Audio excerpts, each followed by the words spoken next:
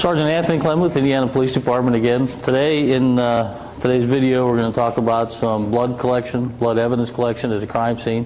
What we've done here today is we've established a mock crime scene in the garage of our police station. While this is a police station garage, it's important to understand that a crime scene can be anywhere. A crime scene could be anywhere from a bathroom to a bedroom, living room, to a private garage, to a business. It very well could be in the police station itself. So what we've done today is we've created a mock crime scene with some blood evidence. We're going to talk about some different types of markings that are left behind by blood evidence. We're going to talk about some collection techniques for blood as well as other evidence that's at the scene. And we're going to demonstrate some of our equipment, some presumptive tests we have if we were trying to determine if something was or was not blood. What I have here is I have some of my kits set out here for collecting biological fluids as well as evidence collection and marking and measuring of blood evidence. So if you want to scan the crime scene now, what we've done here is we've created a mock crime scene. We do not have a victim in our crime scene. Essentially, this is a very standard scene we could encounter in law enforcement where the victim may or may not have been deceased. It might have been treated by medical personnel and been removed. And what I've set up here basically is a sample of some of the contamination matters that we have to deal with periodically just from emergency personnel being on scene. In this particular scene, we have bandaging materials, packaging materials for medical supplies scattered about our primary blood scene, which would be indicative of the medics coming in, treating the victim, and then removing the victim to a medical facility. We would come in, and this is consistent with what we might encounter. As I do a general walk through the crime scene, I see various articles here that I identify that have evidentiary value. Obviously, we have a primary blood pooling scene. It would be indicative of the location of our victim. It's also evidenced by the medical packaging and materials that are scattered about here on the ground where they may have treated the victim. As I look further around the crime scene, we have some hair. You can see we have some dark colored hair here and also near the location of the victim. We have a shirt of some sort that contains blood on it. We have some blood patterning on the ground. I see a hammer over here that appears to also have hair and blood evidence on it. As we move on to the crime scene, I see what appears to be a blood smear here on the wall. There are various types of blood evidence, and we make reference to them either as drops or as smears or contact evidence. That would be caused by somebody with blood on their hand or on their body that might have brushed up against the wall. You don't see a splashing or a patterning on there, more of a swipe we would call that. As we move further through the crime scene, we see an area here that I marked with scale tape. We have these distinctive patterns demonstrating lines. These would be a strong representation of what we would reference as cast-off blood. Any type of blunt object that would come in contact with the victim, as the actor or the suspect would make a swing backwards, it would create a cast-off blood. And these patterns are something that we would want to document at a crime scene of their size, their distance from the ground, their length, as well as the individual droplets that would help an expert determine directionality, velocity, and other matters that would go to show the fact that we did have an assault here and not some type of self-defensive mechanism. Just looking at this pattern based on my training and experience, I see very clearly 1, 2, 3, 4, 5, at least 6, possibly 7 or 8 cast-off stripes. That would be indicative of somebody making repeated strikes to a victim. Where this would play into our prosecution would be, should we arrest a suspect in an alleged claim of self-defense? Let's say an example that this is a service garage and the mechanic becomes a suspect, the boss has been murdered. He might allege that I had a fight with the boss and he shoved me or he pulled a knife out and I struck him with a large wrench that I had in my hand one time. Well, when we see a pattern like this, we see evidence obviously of multiple strikes. And the first pattern wouldn't occur until after a strike, because there'd be nothing on the wrench. Once there was a strike and there would be blood released from the victim onto the blunt object, on the backstroke it would then cast off blood in the opposite direction of where the striking was taking place. So this is a very typical cast-off blood spatter. We can see this on a wall. These are very common in ceilings where an assault has taken place, because a lot of times the strike is straight up and down, leaving cast-off patterns on the ceiling. Another pattern I have here for you would be another type of contact blood evidence. This would be indicative of a print, some type of handprint. Possibly the actor that had blood on his hands from the hammer or from an attempt to clean up some of the blood might have leaned against the wall like such and would have left a print on the wall. As we move on through here, we have a towel. The towel appears to have some blood on it. And as I look here, I see an area of the floor that it almost looks as if there was an attempt to clean up the blood.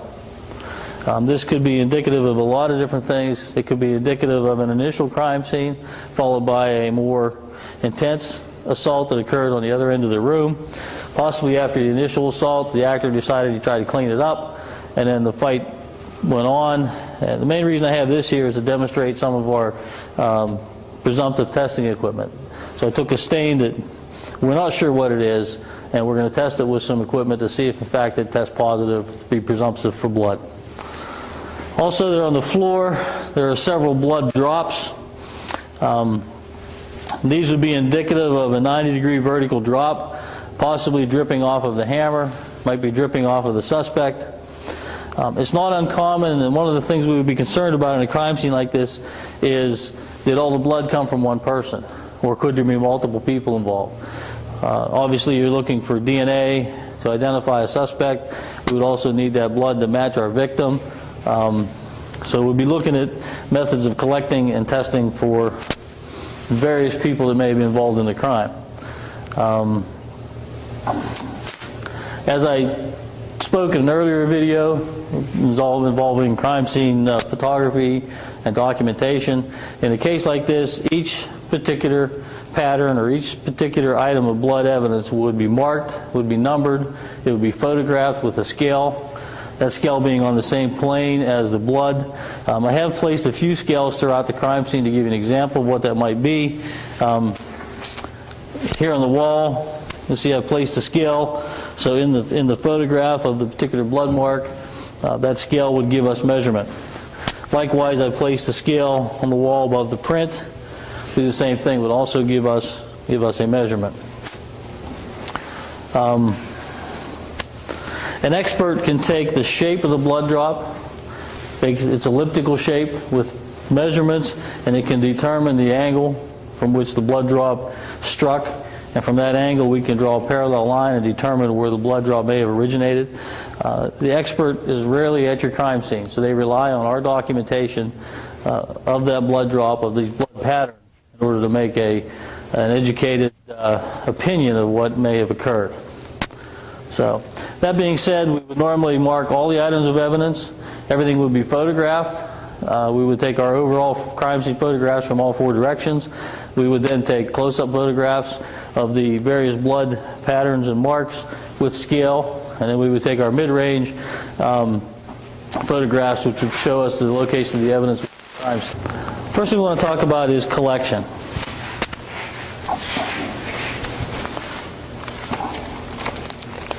If we were going to make a blood scene collection, and in an actual crime scene, we would collect a sample from all of the various bloods, possibly a sample from each of the drops. We use generally a swab. If you see, this is coming from a sterile package, and each package contains 2 swabs. And we would use a number of these swabs at a given crime scene. If you have wet blood, such as what we have here on the floor, it's very simple. The swabbing mechanism, basically you're taking a wet sample, you take your swab, and you're going to simply dip it into your blood evidence. You're going to allow it time to absorb as much as possible.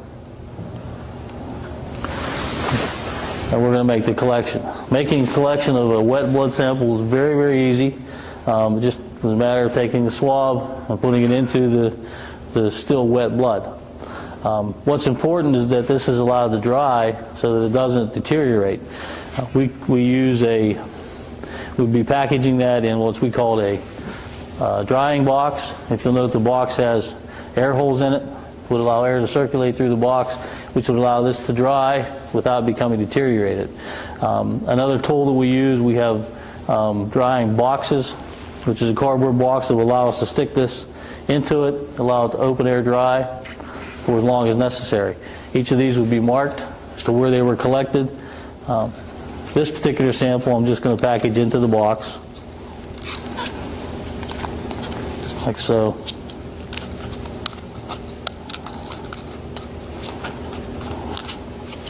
Once that's packaged, that could be submitted to the crime lab.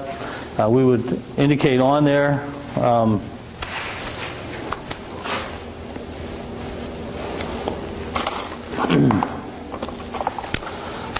every time we would collect a piece of evidence, we would give it an incident number, a date, and the officer's initials did the collection. That way that officer was called to testify. We would be able to do that. The reason we try to get as much of a sample as possible is when this goes to the crime lab, everybody takes a piece of it. The DNA will take a snip out of it. DNA typing will take a snip out of it. There'll be several chunks taken out of that. So we need to make sure we get as much of a sample on the end of that tip as possible, because the more it disperses through there, the less accurate their testing and their samples will be. So we want to try and get as much as possible.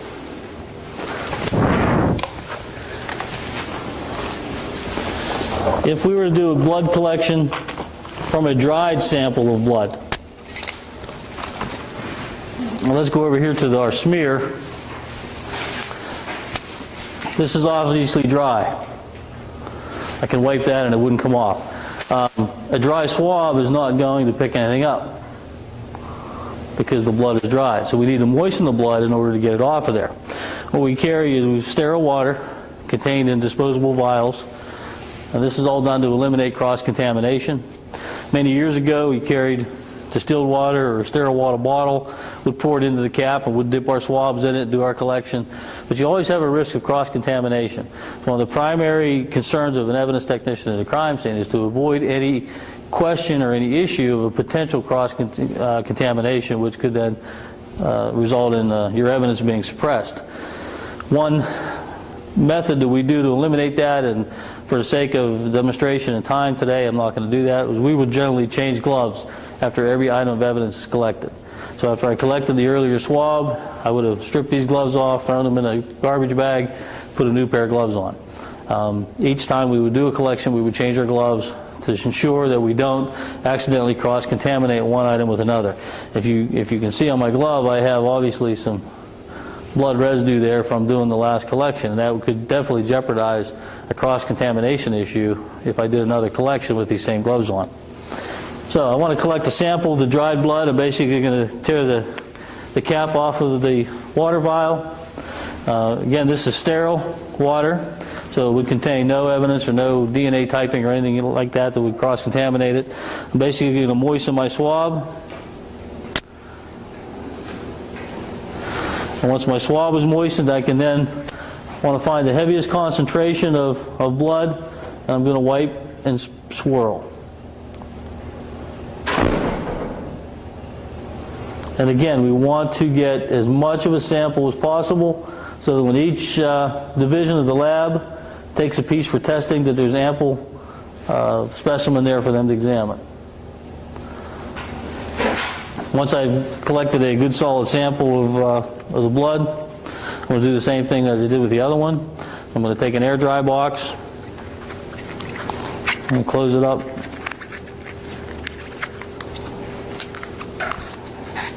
Insert this in the box.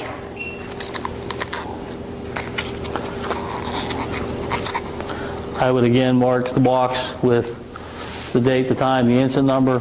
This particular item of evidence would have a number attached to it, as we discussed in our crime scene documentation class earlier. Would mark item number 1, item number 3, whatever item number corresponded with that particular swabbing. And this will be packaged and be prepared to send to the lab. The sterile water we use comes in these ampules that allow us to drop it.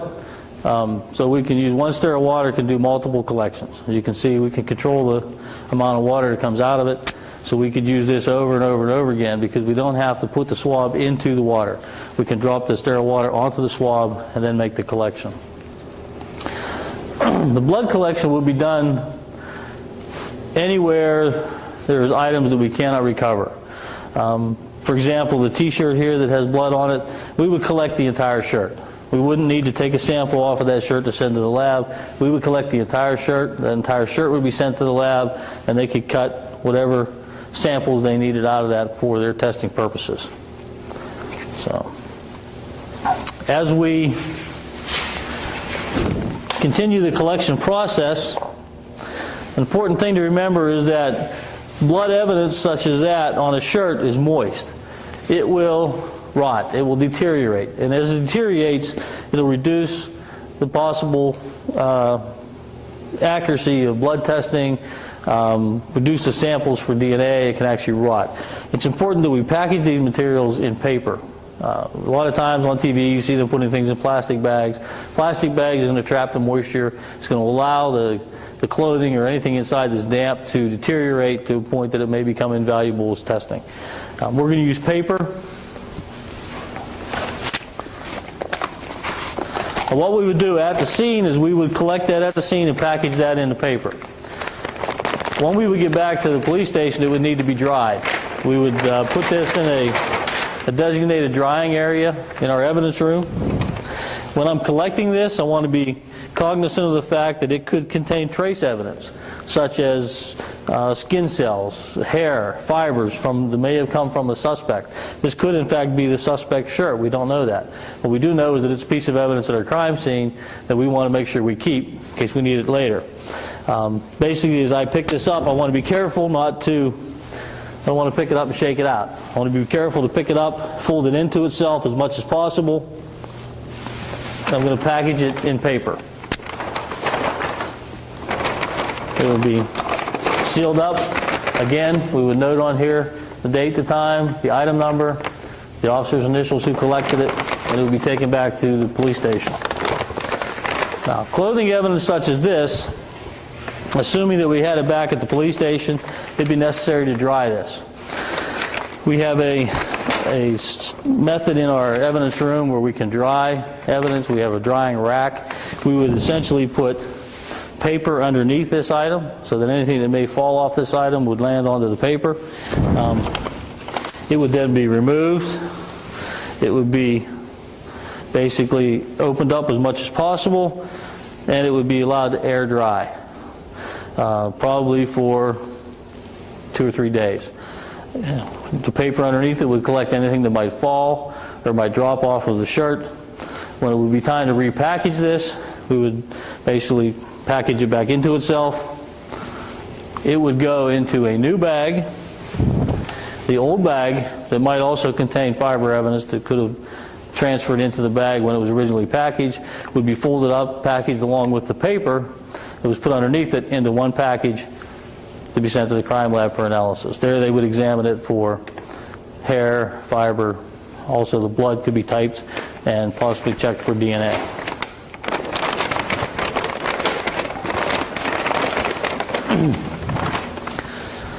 The same would hold true as we see hair. Basically, hair would be packaged in the same way. We would want to put that into paper as well.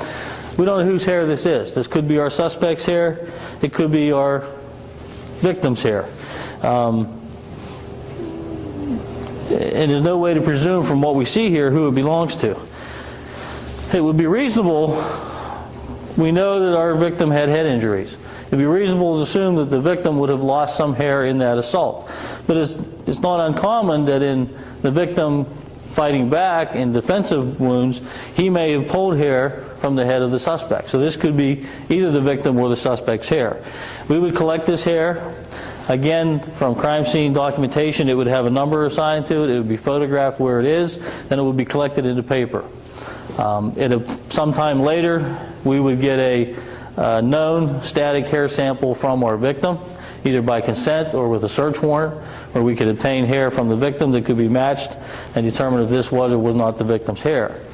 If we found this to be the suspect's hair, it would be kept as evidence so that if we identified a suspect, we could execute a search warrant on the suspect for a hair sample. We could obtain that hair sample and see if it matched our suspect, which would put that person at the crime scene. Meaning we have clumps of hair. It's very conceivable that our victim, during the fight, may have reached up and grabbed and pulled hair from the suspect and it landed on the ground. So that becomes an item of evidence that the suspect would have left behind, that we could link him not only to the scene, but to the assault. We look at the hammer. The hammer obviously appears to be our weapon. It has hair on it. It has blood on it.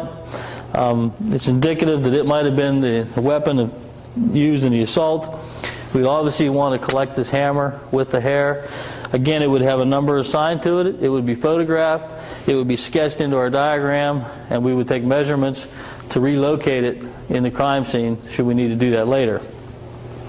It would also be collected, packaged, marked, date, time, the officer collected it, the incident number, and the item number. And it would be packaged separate. Each item of evidence would be packaged in its own bag to avoid any type of cross-contamination between the evidence. Okay, we're going to talk about the hammer some more. This is obviously an important piece of evidence at our scene. My opinion would be that it was more than likely the weapon of assault, the weapon of choice. It's in proximity of our victim. There is hair on it, there's blood on it, there's a blood pattern, drip pattern from the location where the victim was found to here. We have obvious cast-off blood patterns, which would be indicative of a blunt object repeatedly striking a victim. As I look at my crime scene, this is what I find, and my presumption would be that this is more than likely our murder weapon or our weapon of assault. So we're going to want to collect this. Again, it would have a number assigned to it. It would be photographed. We would be doing sketching and measuring as to where it is. So if we wanted to come back here a year and a half from now with the jury and recreate this scene, we could put this hammer right back where it is now through our measuring and sketching. I want to be cognizant that it could contain a lot of evidence. It could contain fingerprint evidence.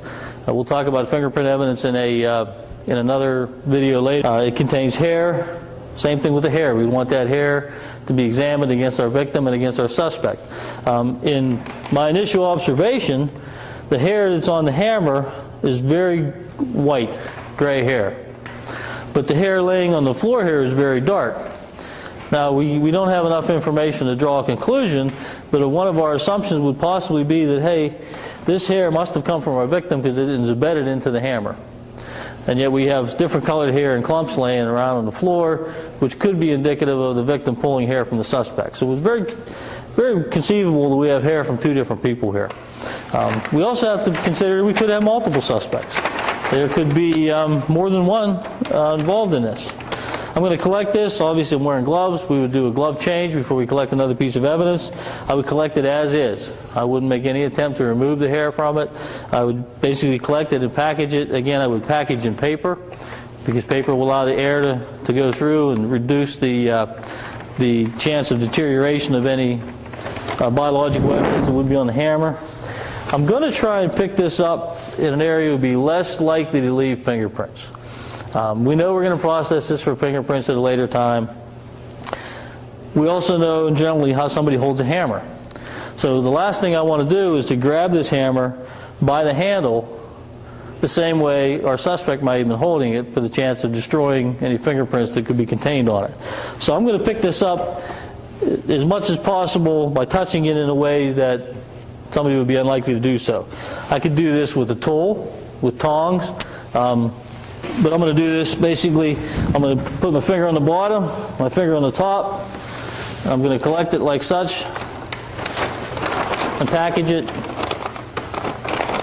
Again, the bag would be sealed, the bag would be marked, date, time, location, incident number, officer collecting it, and the item number that was collected. One of the important aspects of having this hammer, although it appears apparent that this is our weapon, we would need an expert to make that determination. Depending on the outcome of our victim, could affect our ability to do that. If our victim survives, obviously the medical personnel, they're going to treat his wounds, they're going to suture his wounds, and the wounds are going to be very hard to document later. If the victim dies or has died, then those wounds will be documented through an autopsy. They would be photographed with close-range photography, with scale to the size and type of wounds that were on the victim, and those injuries could then be examined by an expert against measurements and photographs of the hammer to make a determination if this hammer could have or maybe is definitely the hammer that would have caused the injuries.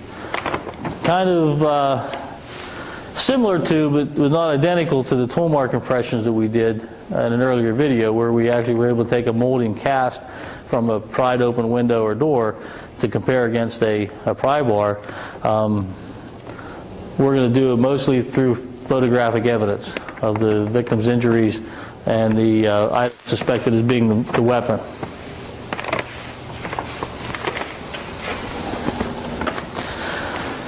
Some of the tools we have available to us that are presumptive testing for blood, it's pretty apparent looking at this crime scene that this is blood.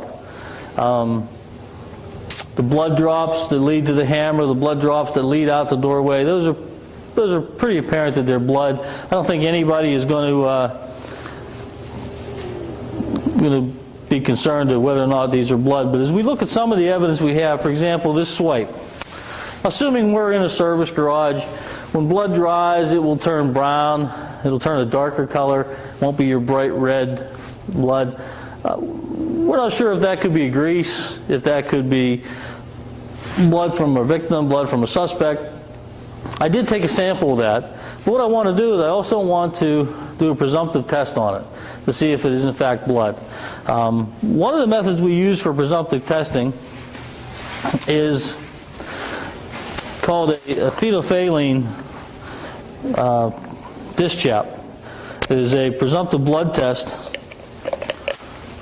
for blood evidence.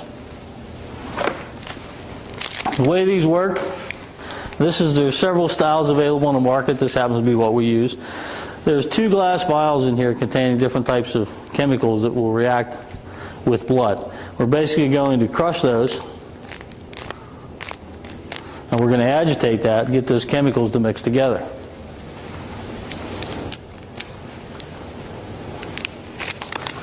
Now what I'm going to do is I'm going to take another sample of that, and we'll see what kind of reaction we get from it. Because it's a dry sample, I'm going to put some distilled water or sterile water again on my swab. I'm going to make another collection.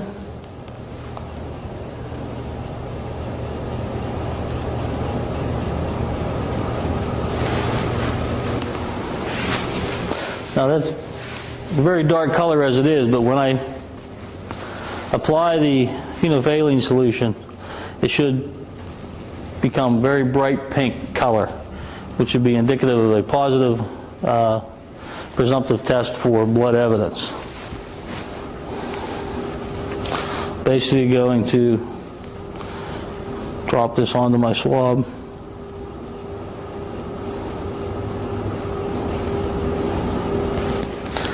I've seen oftentimes on CSI shows on TV, they have different types of test kits. They come out and they test them and they flash pink. These will actually take a few minutes to react sometimes. Sometimes they actually need to dry a little bit. So what we're going to do is we're going to place this off to the side. We'll come back and look at it here in a little bit and see if it has actually turned purple. I don't know how well the camera will show, but it is turning purple. So it's testing, showing a presumptive positive test for blood.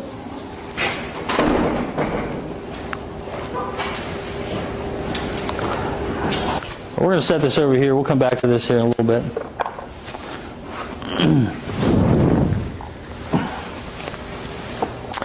Another presumptive test for blood we have that I want to demonstrate for you is called, I'm sure everybody's heard of luminol. I do have luminol here. This is not a very good environment. Luminol requires a lot of darkness to be effective. In order to glow, it fluoresces in darkness.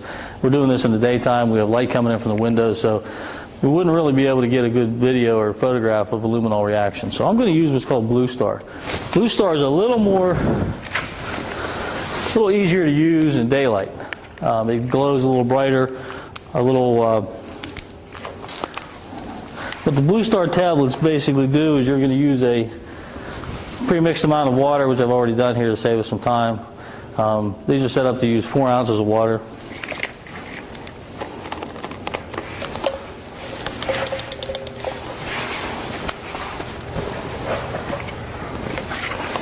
I don't know if I can get this open with my gloves on.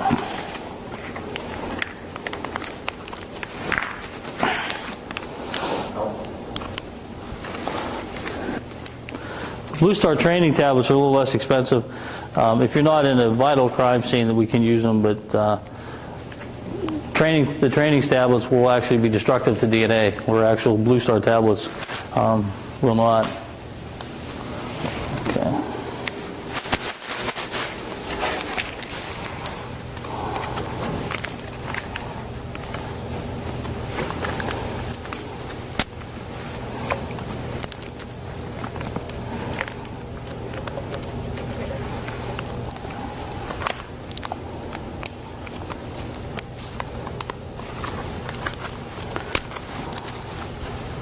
I should have used regular DNA. We need your regular Blue Star, but easier to get out of the package. Basically, we have 2 tablets. The one tablet that I put in there was kind of crushed up. Put the second tablet in. You have to give them time to dissolve, to mix with your water. Basically, put your lid back on. Just going to agitate that water for a little while. Give these time to dissolve, time to react.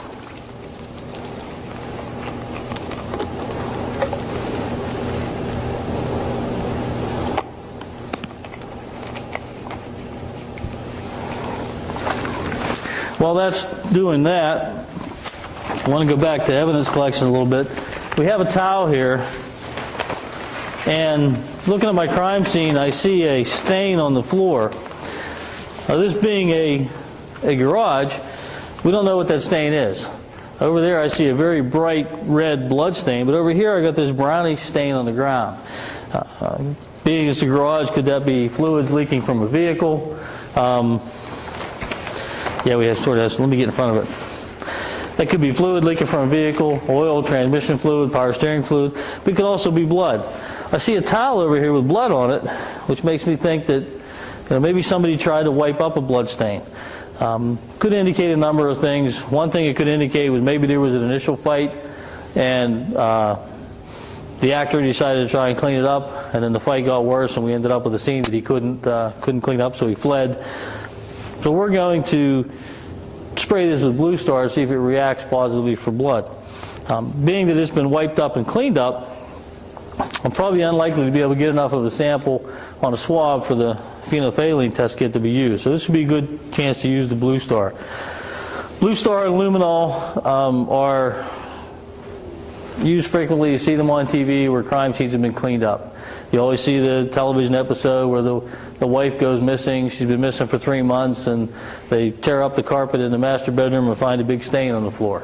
Because the carpet's been cleaned, they didn't clean underneath it. I've seen training videos and TV shows where they've sprayed luminol all through the house, and they've been able to identify drag marks and drag trails of blood left behind. And even though they've been cleaned, the luminol will still be indicative of where the blood had been. Blue Star reacts very much the same way as the luminol. Blue Star is easier to work with because it can be used in daylight. It fluoresces longer, so it gives you more time to photograph. Luminol will actually fade very quickly. If we were able to darken this room completely black and spray that luminol, you would see the fluorescing pattern of the blood, but then within a few moments it would evaporate. So you'd have to keep treating it and try to photograph it while it was fluorescing. So I'm going to go back over here. I'm going to collect the towel as evidence. Same philosophy would apply. It would be photographed. It would be given a particular number. It would be collected the same way as a shirt, where it would be folded into itself to try to avoid losing anything that might be contained on it, and we would package it again in paper. Paper packaging will allow it to dry and reduce deterioration.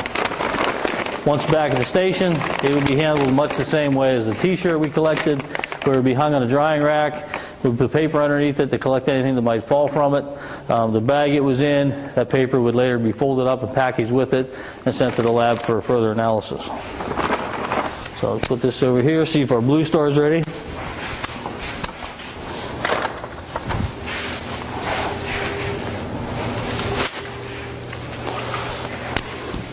What Blue Star basically does, I can spray this on, and if it works properly, it should glow a little bit, should fluoresce. The Blue Star tablets I'm using today are a little older, actually expired, so there's a possibility it won't react. If it doesn't, I can get some newer stuff, but I wanted to use up our old stuff first. Okay, let's spray this with some Blue Star and see what happens to it.